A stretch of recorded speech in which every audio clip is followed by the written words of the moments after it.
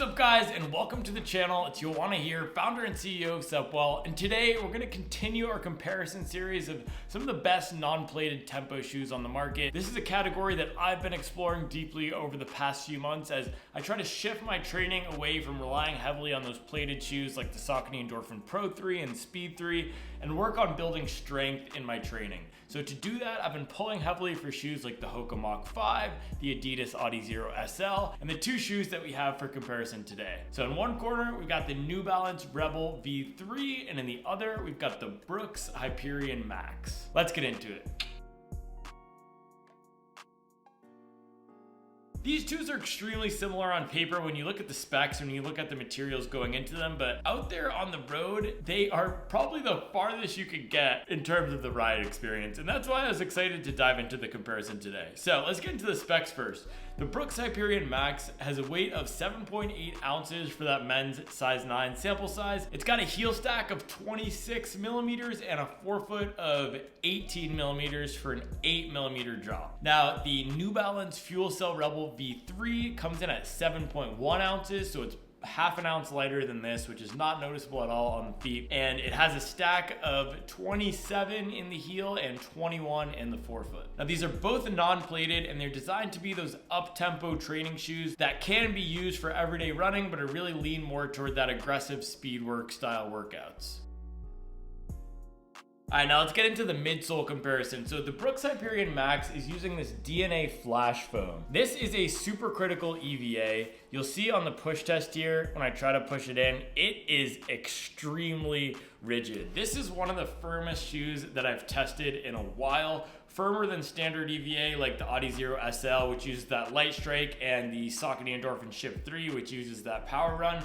This is a really firm and rigid compound, which means the platform has a lot of inherent stability in it, but it also has a nice responsiveness to it due to some of the properties in the foam. Now the New Balance is using FuelCell foam, which again is a supercritical EVA. It's also got some TPU blended in there. On paper, almost the same exact type of foam as the Brooks DNA Flash. What's really interesting though is if we go into the push test, and of course this will inform our ride experience, I can get very deep in here. This is an extremely soft foam, one of the softest that I've tried, and the platform is very flexible.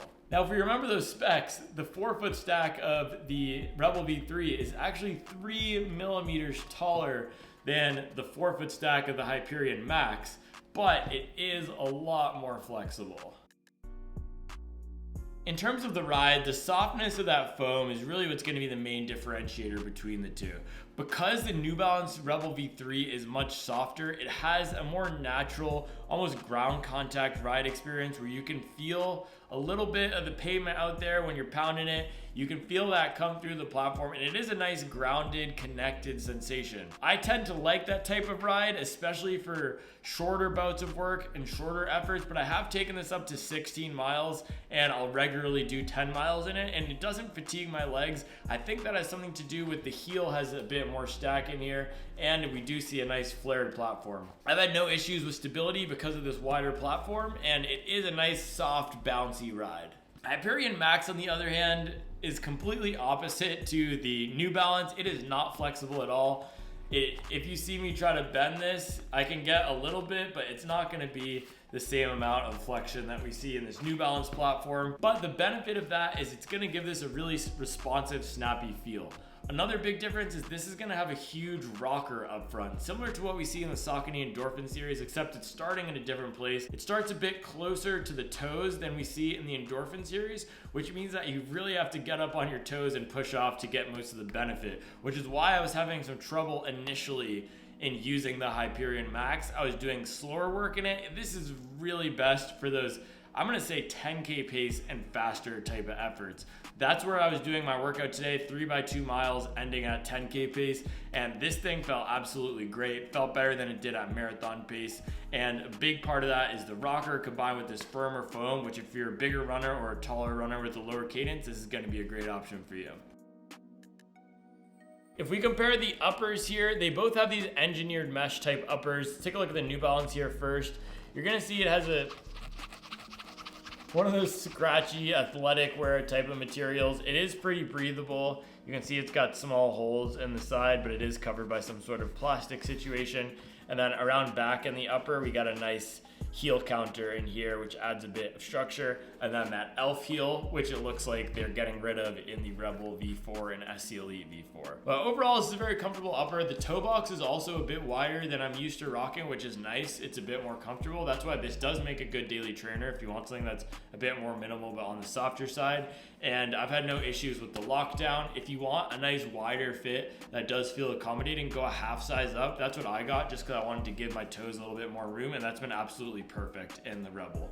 In the Hyperion Max, the fit is a bit odd. So I got this in a 10.5 US, that's my normal size, and the toe just feels long. It feels like I have more space in here than I need to, but the toe box itself isn't overly wide. So this just fits a bit odd. I also, with the lockdown, it feels like I need to really cinch the front of the laces to get it perfect. I haven't gotten the perfect lockdown in this yet in a few runs. There's no major issues. It just doesn't feel as nice as, you know, your favorite running shoe for me, which used to be the Saucony Endorphin Speed 3. That thing has an amazing lockdown. Another good one is the Asics Gel Nimbus that has a really nice lockdown. This, it does take a little bit of work to dial it in, and it is a bit long in the toes, but because the wide box isn't overly wide, I wouldn't recommend going down a size or a half a size. Just rock with it, use thicker socks if you need to. And the material is another engineered mesh type of situation going on here. It's nothing to write home about, but there's also no issue that I have with it. And then in the back, it does have a nice heel counter, very similar to the New Balance Rebel V3 back there. And they both have that elf heel type of situation going on. All right, guys, favorite part. Let's go down to the outsole. There we go. So you'll see they have really similar outsole coverings, but if we get up close here, you'll see that the Brooks is gonna be a bit thicker around the back here in application than we see in the Rebel. The Rebel has a nice covering of it, but it's just not as thick, not as protruding off of the foam. If we look at the Brooks, it has about, I don't even know, dude, like a 10 millimeter, probably not, probably like an 8 millimeter thick layer of this nice rubber. They also call it green rubber. I guess it's environmentally friendly. This is just rubber that New Balance has on here. And guys, I have a suggestion. I think all of these shoe manufacturers should start pairing up with tires. I know we see Skechers do it with the Goodyear. We see Adidas do it with the Continental. Like, let's start grabbing Michelin. Let's start grabbing Bridgestone. Everyone should be pairing up with the tire manufacturer. That being said, I do think both of these have really solid rubber on them. This Rebel has about 70 to 80 miles, and I'm starting to see some smoothing out of my highest wear areas in the back here, but nothing to be concerned about. And this Brooks, it's a little too soon to know how it will be. From hearing from some of you guys, it seems like this is a really durable rubber, so good on you, Brooks, and we'll keep you updated as we progress through the miles. So to sum it up, the Brooks is gonna be rockered and stiff, really best for that 10K pace and faster, maybe half marathon pace if you like a firmer feeling shoe, but anything slower than that, and it really is gonna feel wrong with easy running mechanics, at least in my experience. The Rebel, on the other hand, while it's designed to be a tempo shoe, is much more agreeable at slower paces. You can do everyday aerobic runs in this. You could even do a recovery run in this. It's not overly excitable in that you're not gonna be able to go slow, feel like you're chomping at the bit. This has a nice stable feel at those slower paces. It also doesn't have an aggressive rocker, so if you want a more natural connected feel, this is gonna be a good option. In general, I recommend the Brooks Hyperion Max if you're a bigger runner, if you're a stronger runner, or if you really like a firmer ride. It's hard to find a firm tempo shoe out there that's not plated and that's not packed with crazy tech. This is just pure and simple. It does have a rocker, but it's supercritical EVA foam, which is going to be very durable. We know Brooks makes quality shoes that last a long time. So if you're looking for that firmer tempo shoe, go for the Brooks Hyperion Max. If you want a do-it-all type of shoe that can also handle pace pickup and don't want something that's super max cushioned, then you should go for the Rebel. It has a nice softer, bouncier feel underfoot that, again, is going to be great for any type of run you'd want to do with it. Perfect for marathon training, very versatile. Also a great travel shoe and a gym shoe, and it's on sale at a lot of places right now, so you can pick it up at a deal, especially with the Rebel V4 coming in the next few months. All right, guys, there you have it. That is a comparison of the Brooks Hyperion Max and New Balance Rebel V3. As always, thank you for liking and thank you for subscribing. I'll make sure to keep you up to date on the latest and greatest in the world of performance running.